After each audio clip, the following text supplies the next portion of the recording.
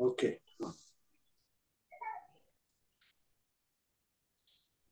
आपल्या सर्वांचं हार्दिक हार्दिक स्वागत. वर्षावासाचा अतिशय मंगल काळ सुरू झालेला आहे आणि या काळामध्ये आपण धम्मचिंतन करावं, धम्मश्रवण करावं या हेतूने बौद्ध धर्माचे अभ्यासक आणि सती साधनेचे समुपदेशक मार्गदर्शक आदरणीय कमलवीर प्रज्ञारत्न यांचं मार्गदर्शन आपल्याला लाभणार आहे. आपण तथागत बुद्ध पवित्र असा संघ, पवित्र असा धम्म आणि भिक्खू संघ या तीन रत्नांना अभिवादन करूया. डॉक्टर बाबासाहेब आंबेडकर यांचं स्मरण करूया. आणि आपल्याकडे वेळ खूप कमी आहे, तर या कमी वेळेमध्ये आपण ही धम्मदेशना ऐकणार आहे. तर मी फक्त विधायक पंचशील म्हणतोय, आपण शांतपणे ते ऐकावं आणि त्यानंतर आपण धम्मदेशना ऐकूया. मैत्रीपूर्ण कर्म करून मी माझे शरीर शुद्ध करतो. मुक्त हस्ते दान करून मी माझे शरीर शुद्ध करतो. शांती, संतुष्टी आणि साधेपणाचे पालन करून मी माझे शरीर शुद्ध करतो. नित्य सत्य बोलून मी माझी वाचा शुद्ध करतो. स्मृती सुस्पष्ट आणि प्रदीप्त ठेवून मी माझे मन शुद्ध करतो. साधू साधू साधू. मध्यम निकाय हा अत्यंत महत्वाचा ग्रंथ आहे त्रिपिटकामधला. अतिशय महत्वाची आणि मूळ सूत्र त्यामध्ये समाविष्ट आहेत. तर अशा ग्रंथाला आपण नव्यानं सुरुवात करत आहोत. मी आपल्या सर्वांच्या वतीनं आदरणीय कमलवीर प्रज्ञारत्न यांना अशी विनंती करतो की त्यांनी आजचं जे मूलपर्याय सूत्र आहे त्याचा आशय आणि त्याचं महत्व आपल्यासमोर प्रतिपादित करावं. धन्यवाद सर. सर्वांना जय भीम, नमो बुद्धाय. सर्वांचे या ठिकाणी पुन्हा स्वागत करतो. आपला आजचा जो विषय आहे ज्यांना आपण या वर्षवासाची सुरुवात करणार आहोत. काही लोकांनी आधी केलेली आहे सुरुवात इतरत्र, पण आपण आपल्या पातळीवर आज सुरुवात करतोय. आणि आज आपण मूल पर्याय सुत्त या मध्यम निकायच्या पहिल्या सुत्तापासून सुरुवात करत आहोत. निकाय आपल्याला माहिती आहेत, म्हणजे 5 निकाय आहेत सुत्त पिटकातले. त्यातला दीघ निकाय, मध्यम निकाय, अंगुत्तर निकाय, संयुक्त निकाय आणि खुद्दक निकाय. त्यातलं हे मध्यम निकाय जे आहे 152 सुत्त असलेला हा मराठीतला 3 भागातला ग्रंथ आहे. 3 भागामधला. तर त्यातला पहिल्या भागातला पहिलं सुत्त मूल पर्याय सुत्त आज आपण पाहणार आहोत. मूल पर्याय सुत्ताचा संदर्भ पाहताना नेटवर पाहताना मला असं आढळलं की मूल पर्याय सुत्त हे बौद्ध साहित्यातलं सर्वात अवघड सुत्त आहे असं म्हटलेलं आहे. सर्वात अवघड सुत्त आहे. मलाही थोडासा प्रश्न पडला की सगळ्यात अवघड सुत्त हे पहिलंच कसं काय आलं याच्यामध्ये मध्यम निकाय मधलं. कारण हे अवघड सुत्त जेव्हा आपण विचारात घेतो तेव्हा सामान्य माणसं, सामान्य वाचक किंवा सामान्य अभ्यासक हे आधीच गोंधळात पडतात. आणि हा प्रश्न, ही समस्या खरं म्हणजे बाबासाहेबांनी पण उघड केलेली आहे. त्यांचं जे दि बुद्ध अँड हिज धम्म त्यांचा जो ग्रंथ आहे त्या ग्रंथाच्या प्रस्तावनेमध्ये त्यांनी म्हटलेलं आहे की बौद्ध धर्मातला म्हणजे या त्रिपिटकाची विशेषतः निकायांची रचना अशा प्रकारची आहे की त्याच्यामुळे बुद्ध धर्माची शिकवण म्हणजे बुद्धांची शिकवण आणि बुद्धांचं चरित्र हे एक पझल बनवलेलं आहे. तर त्याच्यात हा एक पझल म्हणजे एक गूढ आहे, म्हणजे एक प्रकारचं एक पेच निर्माण होतो. अशा प्रकारचे काही सुत्त आहेत आणि सुत्तांची नाव आहे. त्यातलं हे एक मूल पर्याय सुत्त आहे आणि ते पहिलंच आहे जिथून पहिलाच एक पेच निर्माण होते, एक पझल निर्माण होते, एक गोंधळलेली स्थिती निर्माण होते. त्याच्याबद्दल बाबासाहेबांनी जे म्हटलंय की बुद्धाचं चरित्र आणि बुद्धांची शिकवण ही या निकायांमुळं पझल बनलेली आहे. तर डिपेंडिंग ऑन द निकाय त्यांचं इंट्रोडक्शन वाचतोय ते बुद्ध अँड छोटा छोटा भाग वाचतोय, जेणेकरून आपल्याला याचं एक स्वरूप, कारण आता मूल पर्याय सुत्त आणि इतर सुत्तांचा आपण अभ्यास करतोय, तर त्याचं स्वरूप आपल्याला लक्षात घेतलं पाहिजे. आणि बाबासाहेबांचं परीक्षण या दृष्टीनं लक्षात घेणं हे अत्यंत गरजेचं आहे. डिपेंडिंग ऑन द निकायास, not only the presentation of a consistent story of the life of the Buddha becomes a difficult thing, and the presentation of some parts of his teaching becomes much more so. त्यांनी असं म्हटलेलं आहे की निकायांवर अवलंबून आपण राहिलो की बुद्धांचं जीवन चरित्र आणि जीवन चरित्र म्हणजे सलग जीवन चरित्र हे कठीण बनतं, आणि त्याहीपेक्षा कठीण बनते त्यांची शिकवण. त्यांची शिकवण, सगळ्यांना म्यूट करा सर. त्यांची शिकवण जी आहे त्यांची शिकवण ही अधिक कठीण बनते समजायला, ते पझल बनते. आणि indeed it would not be an exaggeration to say that all the founders of religion in the world, the presentation of the life and teaching of the founder of Buddhism presents a problem which is quite puzzling if not baffling. त्यांनी असं म्हटलेलं आहे की हा जो हे जे complication आहे, जो गोंधळ आहे, जे पेच निर्माण केलेला आहे, हा समजणं जरी कठीण नसलं तरी एक सामान्य माणसाला गोंधळ टाकणारी ती बाब आहे. तर असा हे पहिल्या सुत्ताबाबत हे मी का सांगतोय, कारण हे पहिलं सुत्तच हे सगळ्यात अवघड असं सुत्त आहे. हे इंटरनेटवरही आपल्याला त्याचं स्पष्टीकरण दिसतं. आणि आता जेव्हा आपण सुत्ताचा जेव्हा आपण अभ्यास करू तेव्हा देखील आपल्याला हे पाहायला मिळणार आहे. कृपया आपण सर्वांनी आपले जे माईक आहे ते बंद ठेवा, जेणेकरून, कारण हे रेकॉर्डिंग चालू आहे, आपला आवाज देखील त्याच्यामध्ये, आपला गोंधळ आणखीन त्याच्यामध्ये रेकॉर्ड होतोय. तर मूल पर्याय सुत्त, आता हे मूळ जे टायटल आहे, याचं जे नाव आहे, हेच मुळात संदिग्ध आहे, पण त्याचं स्पष्टीकरण पुढे आलेलं आहे. ते स्पष्टीकरण आपण वाचण्यासाठी त्या सूत्रामध्ये आपण प्रवेश करूया. असं मी ऐकलं आहे, म्हणजे आनंद बोलतात, बुद्धांचे प्रमुख शिष्य, असं मी ऐकलं आहे की एके समयी भगवान बुद्ध उकट्ठा नावाच्या गावाजवळ असलेल्या सुभग उद्यानातील भव्य शाल वृक्षाखाली विहार करीत होते. तेथे भगवंतांनी भिक्खूंना संबोधित केले. भिक्खूंनो, भदंत असे म्हणून त्या भिक्खूंनी भगवंतांना उत्तर दिले. भगवान म्हणाले, भिक्खूंनो, सर्व धर्मांचे मूळ नावाचा उपदेश मी तुम्हाला करीत आहे, तो ऐका आणि नीट लक्षात ठेवा. म्हणजे सर्व धर्मांचं मूळ हा या मूल पर्याय सुत्ताचा विषय आहे. मूल पर्याय सुत्तात. आता पर्यायचा अर्थ जो आहे तो त्याचा मुळाचाच अर्थ, म्हणजे मुळासंबंधी मुळाचाच अर्थ. तर धर्माचे मूळ, धर्माच्या मुळाचा अर्थ काय किंवा त्याचं स्वरूप काय हे तथागत भिक्खूंना सांगताय, असा याचा सर्वसाधारणपणे अर्थ आहे.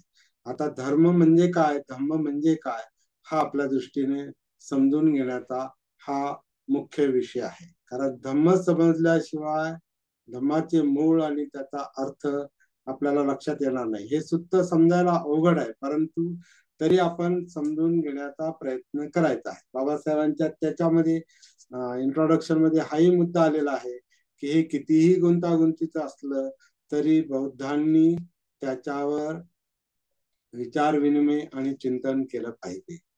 तर असं हे या सुत्ताला देखील ते लागू पडतं. आपण हे सुत्त कितीही गुंतागुंतीचं असलं समजायला तरी आपण थोडस आपलं डोकं लावून, म्हणजे चिंतन करून आणि अनुभवाच्या आधारे आपण काही गोष्टी याच्यामध्ये पाहणार आहोत. तर सर्व धर्मांचे मूळ, सर्व धम्मांचे मूळ असा याच्यामध्ये मुख्य विषय आहे. आणि होय भरते असे म्हणून त्या भिक्खूंनी भगवंतांना उत्तर दिले. आता याच्यामध्ये पुढं असं म्हटलेलं आहे की 2 प्रकारचे लोक असतात, एक अश्रुतवान आणि श्रुतवान. जसे 2 प्रकारचे म्हणजे जे जे ज्यांनी ऐकलेलं आहे, ज्यांनी धम्म ऐकलेला आहे किंवा धम्माचा अर्थ ऐकलेला आहे कोणाकडून, तर जे आर्य पुरुष आहे. आता याच्यामध्ये तो शब्द आलेला आहे, मी तसाच्या तसा आपल्याला हे करून दाखवतोय, वाचून दाखवतोय की भिक्खूंनो, आर्य पुरुषांच्या दर्शनापासून वंचित, आर्य धर्मासंबंधी अपरिचित, आर्य धर्माचे शिक्षण न घेतलेला, सत्पुरुषांच्या दर्शनापासून वंचित, सत्पुरुषांच्या धर्मापासून अपरिचित, सत्पुरुषांच्या धर्मात अशिक्षित असा अश्रुतवान, म्हणजे ज्याने ऐकलं नाही, यांच्यापासून त्यांना धम्म किंवा त्याचा अर्थ किंवा त्याचं विश्लेषण त्यानं ऐकलं नाही, त्याला अशिक्षित असाही शब्द प्रयोग केला, अडाणी, म्हणजे या मराठी ग्रंथात तरी दिलेला आहे. अशिक्षित असा शब्द प्रयोग केलेला आहे. तर असा अशिक्षित अडाणी मनुष्य, थोडासा म्हटलेलं आहे, आता ही भाषा अधिकाधिक अवघड होत जाते. असा अशिक्षित अडाणी मनुष्य पृथ्वीला पृथ्वी आहे अशी समजूत करून घेतो. पृथ्वीला पृथ्वी आहे असे समजूत करून घेतल्यावर तो स्वतःच पृथ्वी आहे असे मानतो, तो पृथ्वीत आहे असे मानतो, तो पृथ्वीपासून आहे असं मानतो, तो पृथ्वी माझी आहे असं मानतो आणि तो पृथ्वीत आनंद मानतो. याचे कारण काय? कारण त्याला खरा बोध झालेला नसतो. आता हे पहिलाच पॅरेग्राफ अगदी व्यवस्थित समजून घेतला तर मग पुढचं समजणं थोडस सोपं जाईल. आता याला, ह्या व्यक्तीला अडाणी असा उल्लेख कसा काय केलाय? आता हे बुद्धानंतरच संकलन झाले, सगळी सूत्रे बुद्धानंतर संकलित झालेली, हे आपण लक्षात घेऊया. म्हणजे बुद्धांनी असं सांगितलं असेल असं नाही. बुद्धांनी ज्या भाषेत सांगितलंय ती भाषा आपल्यापर्यंत थेट पोहोचू शकत नाही, कारण बुद्धांनी स्वतः काही लिहून ठेवलेलं नाही. त्यांचं जे काही, त्यांची जी काही शिकवण होती ही तोंडी शिकवण होती आणि लोक ते ऐकायचे. आणि नंतरच्या काळामध्ये भिक्षूंनी त्याच्यावर कार्य करून किंवा त्याचं पाठांतर करून ही गोष्ट त्यांनी पुढे पास ऑन केलेली आहे आणि तोंडी पास ऑन केलेली आहे. आणि असं जवळपास असं म्हणतात की 100 वर्ष, 200 वर्ष, 300 वर्ष, काही ठिकाणी तर असा उल्लेख आहे की 400 वर्षापर्यंत हे तोंडी ही शिकवण पोहोचवणं चालू होतं. आणि साधारण 300-400 वर्षानंतर लिखित स्वरूपात धम्म यायला सुरुवात झाली आणि मग त्याचं लिखित स्वरूपात संकलन झाल्यानंतर मग त्याचे विभाग पाडले आणि मग ते आपण त्रिपिटक या अर्थानं त्याचा उल्लेख आपल्याला सापडतो की सुत्तपिटक, विनयपिटक, अभिधम्म पिटक. तर अशा प्रकारचं हे जे आहे, तर 300-400 वर्षानंतरची जी भाषा आहे लिखित स्वरूपातली, ती आपण वाचतोय आणि त्यातला अर्थ आपण समजून घेऊन बुद्धांनी काय म्हटलं असेल हे आपण समजून घेण्याचा प्रयत्न करणार आहोत. ही बाबासाहेबांची पण अपेक्षा आहे, आपली पण गरज आहे. त्यामुळे अवघड जरी शब्दप्रयोग असले तर त्याच्यातला सोपेपणा आपल्याला शोधून काढायचा, त्याला सिम्प्लिफाय करायचंय, त्याला त्याचा मतितार्थ समजून घ्यायचा. आता जसं मी सुरुवातीला म्हटलो की धम्माचं मूळ, सर्व धर्मांचं मूळ, सर्व धर्मांचं मूळ असा हा याचा विषय आहे या मूळ पर्याय सूत्राचा. तर धम्म म्हणजे काय? तर खरं म्हणजे असं म्हणता येईल की धम्म हा शब्द मनोधम्म अशा अर्थाने वापरलेला आहे. कारण मन जे आहे हे मनोपुबंगमा धम्मा मनुसेठा मनोमया मनसाचे पदुठ्ठेन भासति वा करोति वा ततो न दुःखमन्वेति चक्कं वहतो पदं, किंवा मनोपुबंगमा धम्मा मनुसेठा मनोमया मनसाचे प्रसन्नेन भासति वा करोति वा ततो न सुखमन्वेति छाया व अनपायिनी. मनसाचे प्रसन्नेन भासति वा करोति वा ततो न सुखमन्वेति छाया व अनपायिनी. काय या 2 गाथांमध्ये धम्माचं एक फार स्वच्छ असं स्पष्टीकरण आहे. की मन ही मुख्य आहे आणि मनामध्ये जे जे काही आहे त्याला मनोधम्म म्हटलेलं आहे. मग ती विचार प्रक्रिया असेल किंवा मनाशी संबंधित जे चित्त आहे, ती इमोशनल प्रोसेस असेल, प्रक्रिया असेल, जाणीवा असतील, ज्याला आपण वेदना म्हणतो, हा सगळा मनाचा भाग आहे. आणि मनामध्ये जे जे काही आहे त्याला मनोधम्म म्हटलेलं आहे. आता या मनोधम्मांमध्ये काय असू शकतं? आता प्रत्येक गोष्ट मनोधम्मात मोडते खरं म्हणजे. कारण आता हे शब्द आपण जे बोलतो हे मनातूनच वाणीद्वारे बाहेर पडतात, म्हणजे मनोधम्माचाच तो भाग आहे. परंतु बुद्धांची शिकवण म्हणून ज्याला आपण धम्म म्हणतो, ती एक ती एक काम म्हणून आपण एक प्युरिफाईड भाषा आहे. ती स्वच्छ शुद्ध अशी दुःख मुक्तीकडे नेणारी ती भाषा आहे. ते शब्द आहेत, ते सामान्य शब्द नाहीत. ते धम्म या अर्थाने, बुद्धांची शिकवण या अर्थाने जो धम्म आहे ते प्रगत, ते ते बुद्धाच्या म्हणजे परिपक्व वाणीतून निघालेले ते शब्द आहेत. त्यामुळे ते सामान्य शब्द नाही. आता इथे त्यांनी काय म्हटलंय की असा अडाणी मनुष्य पृथ्वीला पृथ्वी आहे अशी समजूत करून घेतो. आता ही पृथ्वी काय आहे? तर आपल्याला ज्यांचा अभ्यास आहे त्यांना हे माहिती आहे की आपलं जे जीवन आहे, आपलं जे अस्तित्व आहे, हे मनोकायिक अस्तित्व, सायको फिजिकल किंवा सायकोसोमॅटिक एक्झिस्टन्स आपलं जे आहे, आपलं जे अस्तित्व आहे, आपलं जे जीवन आहे, हे दोन गोष्टींनी बनलेलं आहे, ज्याला नामरूप म्हटलेलं आहे. म्हणजे रूप म्हणजे आकारधारी आकार, आणि नाम म्हणजे यातलं चित्त म्हणा, मन म्हणा, आणि मनात जे काही आहे ते म्हणजे नामरूप, म्हणजे बॉडी माइंड थोडक्यात. त्या बॉडी माइंड मध्ये जे रूप आहे म्हणजे आकार जो आहे, हा आकार म्हणजे घन, घन हा आकार चार गोष्टींचा आहे. एक तर घन किंवा solid, liquid, fire and air, ज्याला आपण पृथ्वी, आप, तेज, वायू असं म्हणतो. तर पृथ्वी म्हणजे घन धातू आहे, आणि जलधातू म्हणजे ज्याला लिक्विड किंवा प्रवाहित, जे प्रवाहित आहे, प्रवाहित जलधातू जो प्रवाहित असतो तो घनधातू, जलधातू. तिसरा जो आहे, तो तिसरा जो धातू आहे त्याला फायर, किंवा ज्याला आपण तेज किंवा उष्णता असं म्हणतो. पृथ्वी, आप, तेज. आणि चौथा जो घटक आहे आपल्या जीवनातला, या बॉडी मधला, तो आहे वायू. तर पृथ्वी, आप, तेज आणि वायू, चार घटक, चार भूत, महाभूत त्याला म्हटलेलं आहे. त्या महाभूतांचं हे शरीर बनलेलं आहे.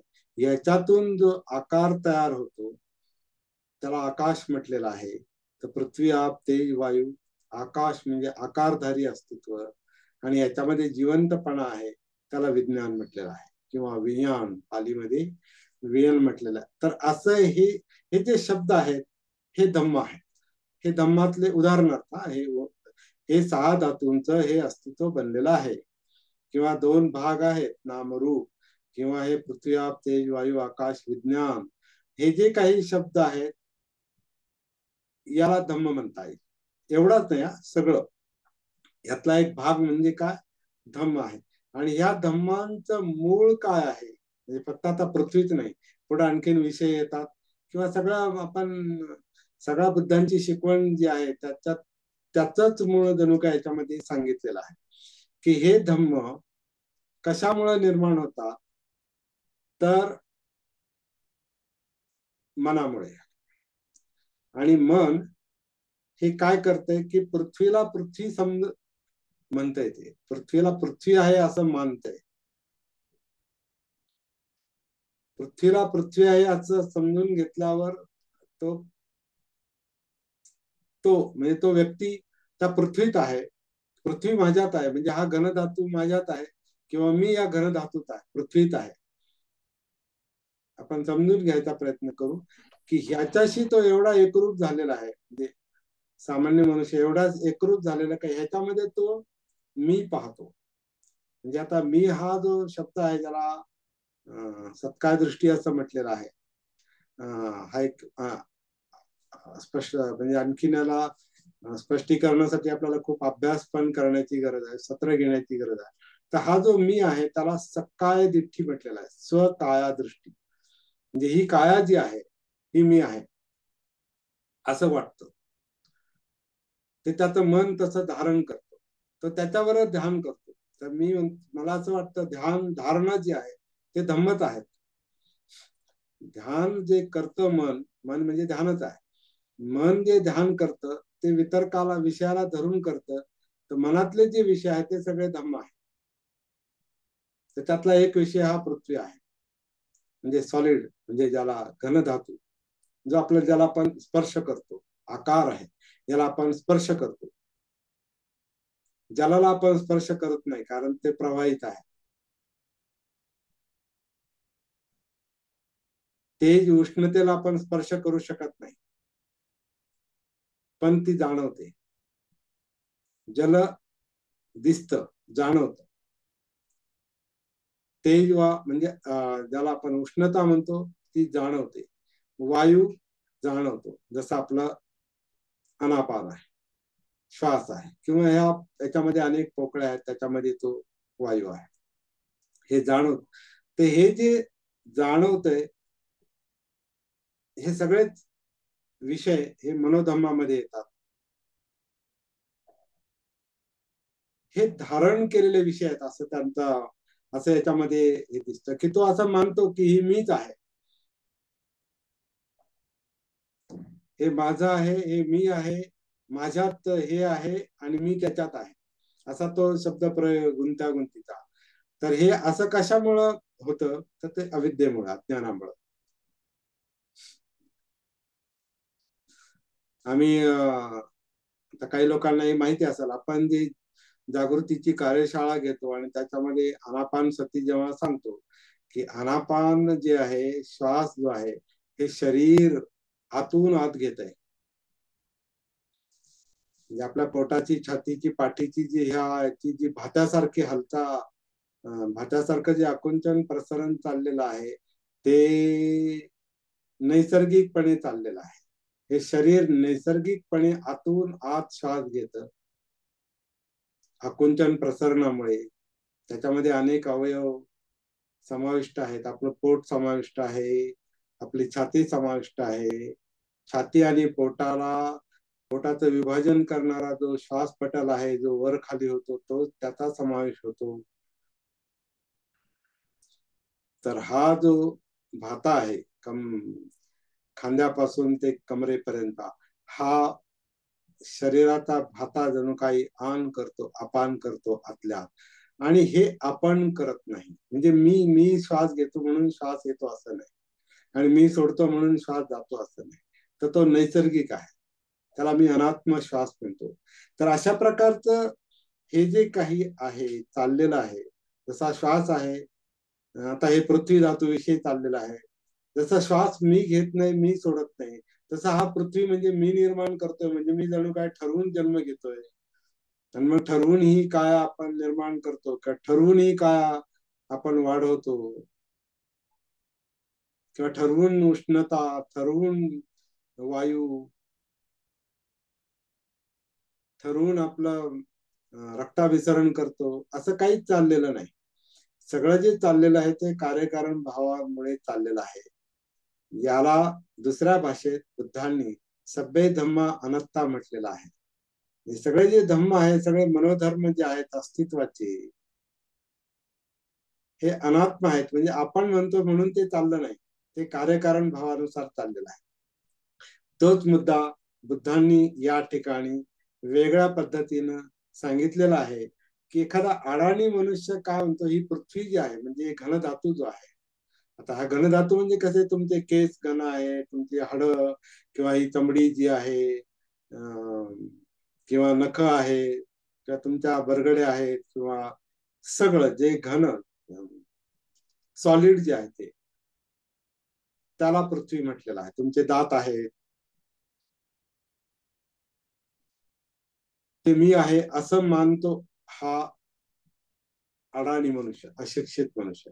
म्हणजे त्याला कळतं हे पृथ्वी आप तेज आहे, कारण त्याचा अभ्यास आहे. आज आपण पाहतो की अभ्यासू लोक खूप आहेत, परंतु अभ्यासू लोक अभ्यासू लोक जे अभ्यास करतात, जे माहिती आहे, तो त्यांचा अनुभव असतोच असं नाही.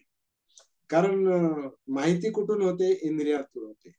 इंद्रिय, डोळे, कान, नाक, जीभ, त्वचा याच्याद्वारे जे काही इनपुट आपल्याला मिळतं तेच आपल्या मनोधम्माचा विषय असतो, तोच आपल्या मनाचा विषय असतो. मन जे पाहिलं, ऐकलं, गंध, तो स्पर्श, त्याच्यानुसारच ते विचार विचार करतंय. ह्याच्या पलीकडे काही नाही. तर ते प्रत्येकाकडे ते ज्ञान असतं, कारण प्रत्येकाकडे इंद्रिय आहेत, प्रत्येकाकडे ते ज्ञान असतं.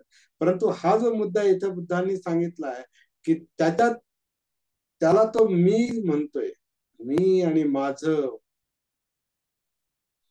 मी आणि माझं, माझ्यामुळं पृथ्वी, माझ्यामुळं हे रूप आहे, माझ्यामुळं हा आकार आहे, हा भ्रम आहे, असं बुद्धांनी लक्षात आणून दिलेलं आहे. याचा विस्तार याच्यासाठी करतोय कारण ह्याच मुद्द्याला धरून पुढचे सगळ्या जे काही धम्म आपल्याला पुढे या सुत्तामध्ये सांगितलेलं आहे, त्या सगळीकडे हे स्पष्टीकरण लागू आहे. मग त्या पृथ्वीमध्ये तो पृथ्वी पासून आहे असं मानतो, तो पृथ्वी माझी आहे असं मानतो, पृथ्वीत आनंद मानतो. याचं कारण काय? तर ते म्हणतात त्याला खरा बोध झालेला नसतो. त्याला ज्ञान आहे पण बोध झालेला नसतो. तर ज्ञान आणि बोध याच्यामध्ये हा फरक आहे. ज्ञानामध्ये फक्त इंद्रियांकडून मिळालेली इन्फॉर्मेशन, माहिती ही आपल्याला मेमरीच्या रूपात, मेंदूच्या विचारांच्या रूपात आणि मेमरीच्या रूपात ते आपल्याकडे संचित असते, ते ज्ञान आहे.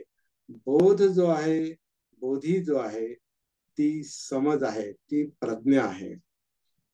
आणि प्रज्ञा ही जागृत व्यक्तीला सापडते, मिळते, समजते. जसं बुद्धांना आपण सम्मा संबुद्ध म्हणजे संपूर्ण जागृत म्हणतो, संपूर्ण ध्यानी नाही म्हणत.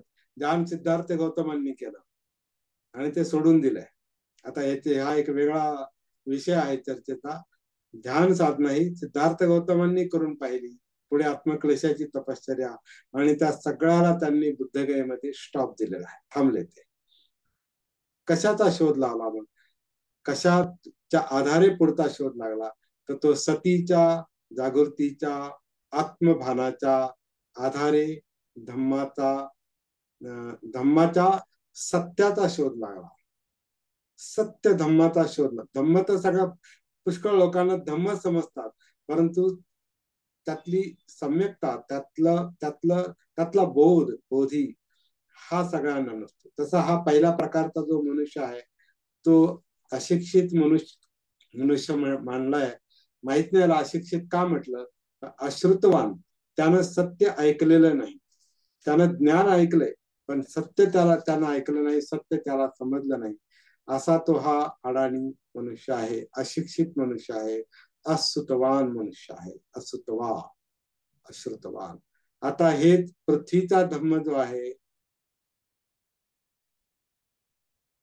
पाणी, पुढे पाणी आहे, तेज आहे, उष्णता आहे, वायू आहे, भूत आहे. भूत म्हणजे आपण ज्याला भूत समजतो ते भूत नाही. भूत म्हणजे जे घडतंय ते असं पण आहे, म्हणजे मनाला जे जाणवतं ते. आता ते ज्याला ज्याला भूत दिसतं तो त्याच्या मनाचाच भाग आहे. देव, आता देव ही बुद्धिस्ट संकल्पना काय, हाही चर्चेचा विषय आहे. तर तो देवाला देव आहे, प्रजापतीला प्रजापती आहे, आभासर देव आहे, शुभकिन्नक देवाला शुभकिन्नक देव आहे, वेहफल देवाला वेहफल देव आहे, अभिभू देवाला अभिभू. हे सगळे ध्यानातले मुद्दे आहेत, लक्षात घेऊ आपण. हे सगळे भ्रम जे आहेत ना, हे सगळे ध्यानात मध्ये जाणवणारे भ्रम आहेत. अभिभू देवाला अभिभू देव आहे, आकाशन्यायतन आकाशन्यायतन देवाला आकाशन्यायतन देव आहे असं तो मानतो. वियाणायतन देवाला तो वियाणायतन देव असं मानतो, किंवा किंचन देवाला तो अकिंचन न्यायतन देव मानतो, किंवा नैव संज्ञा न संज्ञा देवाला ते तसं मानतो. श्रुताला श्रुत म्हणतो, स्मृताला स्मृत म्हणतो, विज्ञाताला, एकत्वाला, नानात्वाला, सर्वाला सर्व आहे असं म्हणतो, निर्वाला निर्वाण आहे असं म्हणतो. म्हणजे या अडाणी माणसाला, अश्रुत्वान माणसाला निर्वाण पण समजतोय, पण तो त्याचा अनुभव नाही, त्याला त्याचं ज्ञान आहे. तर निर्वाणाला निर्वाण आहे असं समजतो, आणि निर्वाणाला निर्वाण आहे असं समजून घेतल्यावर तो स्वतःच निर्वाण आहे, मी निर्वाण प्राप्त केला असं मानतो. स्वतः निर्वाणात आहे असं मानतो, स्वतःत निर्वाण आहे असं म्हणतो, तो निर्वाणापासून आहे असं मानतो, निर्वाण माझं आहे असं मानतो. सत्काय दृष्टी, आत्मभाव, तो निर्वाणात आनंद मानतो. याचं कारण काय? सर त्याला सर किती बुद्ध वेळ झाले समजलेला नाही. तर मला वाटतं सर आपला सर वेळ किती जो आहे, वेळ आपल्याकडं हा आपला आपला हा जो पहिला मुद्दा आहे, किती वेळ हा दिसतोय तिथं? नाही, पहिला जो अश्रुत्वान आहे तो आपण, आणि धम्म हा विषय आपण पूर्ण केला. आता पुढे जो आहे तो आपण आपल्याकडं वेळ किती? 4 मिनिटाचा वेळ आहे. आपण मग मीटिंग एंड करून परत एक 10-15 मिनिटासाठी एकत्र येऊ हा शकतो. बरोबर, मी आता कंटिन्यू करतो, जोपर्यंत चालतंय तोपर्यंत हा चालतंय. हा हो हो. हा तर आता आपल्या हा सगळ्यांना विनंती आहे की जर मीटिंग एंड झाली तर लगेचच आपण पुन्हा त्याच लिंक वरती क्लिक करून जॉईन करा. हो. तर आपण हा जो पहिला व्यक्ती पाहिला, पहिला प्रकार जो पाहिला, तो अश्रुत्वान पृथ्वीजन किंवा अडाणी, अशिक्षित अडाणी मनुष्य, आणि त्याला हे जे धम्म माहिती आहे त्याच्याविषयी आपण हे स्पष्टीकरण वाचलं. दुसऱ्या प्रकारचा जो आहे त्याला सेख किंवा शिकत असलेला, पहिला अडाणी आहे, अशिक्षित आहे, म्हणजे अश्रुतवान पृथकजन किंवा अश्रुतवा पृथुजन पालीमध्ये. आणि दुसरा जो प्रकार आहे तो पृथुजन नाही, तो सेख आहे. सेख म्हणजे शिकतोय तो. आता ह्या शिकणाऱ्यामध्ये सुद्धा 3 गट पडतात. तर ते 3 गट पारंपरिक दृष्ट्या अवघड आहे समजायला, परंतु ज्यांचा अभ्यास आहे त्यांना हे माहिती आहे. ते 3 गट पडतात शिकत असलेल्यामध्ये. खरं म्हणजे 4ही पडू शकतात, ते कसे ते मी सांगतो, पण 3 मुख्यतः पडतात. त्याला श्रोतापन्न म्हटलेलं आहे, सकृतागामी म्हटलेलं आहे, अनागामी म्हटलेलं आहे. ते स्वतःपन्न, सकृतागामी, अनागामी काय आहे, तर या प्रगतीच्या अवस्था आहेत. त्याच्याविषयीचा आपल्याला स्वतंत्र अभ्यास करावा लागेल. तर त्याला सेख म्हटलं, ते शिकतायत, आणि शिकतायत म्हणून ते श्रोतापन्न होत आहेत. आता त्या श्रोतापन्न जो आहे किंवा सकृतागामी अनागामी जो आहे, हे 3 गट जे याच्यामध्ये शिक्षितांमध्ये येतात, सेख, तर त्यांच्याविषयी ते म्हणतात, बुद्ध म्हणतात, भिक्खूंनो, तो अजून शिकत आहे. म्हणजे कोणी असेल, स्वतःपन्न, सकृतागामी, अनागामी, तो अजून शिकत आहे. त्याने अजून सर्वोत्तम कल्याणकारी पद मिळवलं नाही, म्हणजे निपाण मिळवलं नाही. तो अर्हत झाला नाही, तो बुद्ध झाला नाही. त्याने अजून सर्वोच्च कल्याणकारी पद मिळवलं नाही असा भिक्षू सुद्धा पृथ्वीला पृथ्वीच्या स्तरावर समजतो, मानतो. म्हणजे अडाणीसारखा पृथ्वीला पृथ्वीच्या स्तरावर समजतो. पृथ्वीला पृथ्वीच्या स्तरावर समजल्यावर त्याने स्वतः पृथ्वी आहे असे समजू नये. आता त्याला स्वतः पुढच्या लोकांना ते सांगतात ते, की जसं अडाणी मनुष्य विचार करतो तसा शिकणाऱ्या माणसाने, म्हणजे ह्या स्वतःपन्न, सकृतागामी, अनागामी माणसानं, किंवा अर्हत पुढे त्या मार्गावर असणाऱ्या माणसानं अशा प्रकारचा विचार करू नये. ही ऍडिशनल बाब, अधिक बाब बुद्धांनी इथं एक लक्षात आणलेली आहे, की पृथ्वीला पृथ्वी समजू नये, पृथ्वीत आहे असे समजू नये, पृथ्वीपासून आहे असं समजू नये, पृथ्वी माझी आहे असं समजू नये, पृथ्वीत आनंद मानू नये. कारण काय? कारण त्याला अजूनही बोध प्राप्त करून घ्यायचा आहे. हा मुद्दा आता या ठिकाणी आपल्यासाठी चिंतनासाठी सोडून देतो, कारण हा सगळ्याच गोष्टी एकाच वेळेला सांगण्याची ही वेळ नाही. तर जसं त्या शिक्षित अशिक्षित अडाण्याला सांगितलं, तेच मुद्दे पुढे आलेले आहेत, की पृथ्वी झालं, मग तेज, वायू, भूत, देव, प्रजापती, ब्रह्मा, भास्वर, शुभकिन्नक वगैरे वगैरे वगैरे. हे सुद्धा आपल्याला माहिती नसेल तर मध्यम निकाय मधून ते पहा. आणि त्याचं वाचन करा, तेच शब्द पुन्हा पुन्हा आलेले आहेत. फक्त आता त्याचं जे अडवण्यासाठी त्याचं जे काही स्वरूप आहे ते